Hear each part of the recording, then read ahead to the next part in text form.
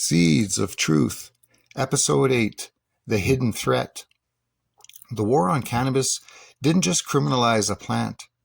It pushed its cultivation, processing, and consumption into unregulated territory, where profit and avoidance of oversight often trumped safety. What was once a plant used in traditional medicine, nutrition, and industry now carries a suite of modern risks that few consumers are taught to consider. Cannabis is a biological sponge. It absorbs not only cannabinoids, but contaminants from soil, water, nutrients, and air. Scientific analysis reveal that pesticides, fungicides, and insecticides appear in high proportion of cannabis samples, often exceeding safe limits. These chemicals, many not intended for inhalation, remain in the final product, exposing users to neurotoxins, carcinogens, and respiratory hazards. Fungicides like myclobutanil, commonly applied to prevent mold, break down into toxic gases when burned, creating risks comparable to cyanide inhalation. Chemical growth enhancers or plant growth regulators, PGRs, are routinely used for rooting or to force oversized, visually appealing buds.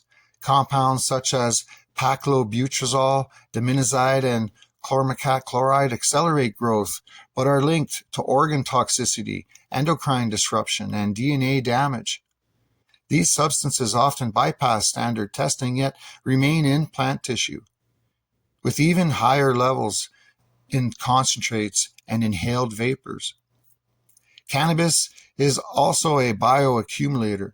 It pulls heavy metals like lead, cadmium, and arsenic from contaminated soil and water. Inhalation of these metals over time contributes to neurological impairment, kidney damage, cardiovascular disease, and cancer. Microbial contamination, bacteria, and mold spores can flourish in indoor grows with poor ventilation, and inhaling these pathogens can be life-threatening for immunocompromised individuals. Extraction processes for concentrates introduce additional hazards. Solvents like butane, propane, and ethanol are often used to produce wax, shatter, or oils. Residual solvents in improperly purged products pose acute toxicity risks, while high-THC concentrates amplify neurochemical strain on the brain. Vape cartridges carry their own dangers. Nano-sized metal particles, including lead, nickel, and zinc, have been detected in liquids even before heating. Once inhaled, these metals penetrate deep into the lung tissues, contributing to long-term respiratory and neurological damage. The high-THC industrial model drives much of this risk. Selective breeding for psychotropic potency has narrowed the chemical diversity of cannabis, reducing protective cannabinoids and terpenes that naturally buffer neurological stress.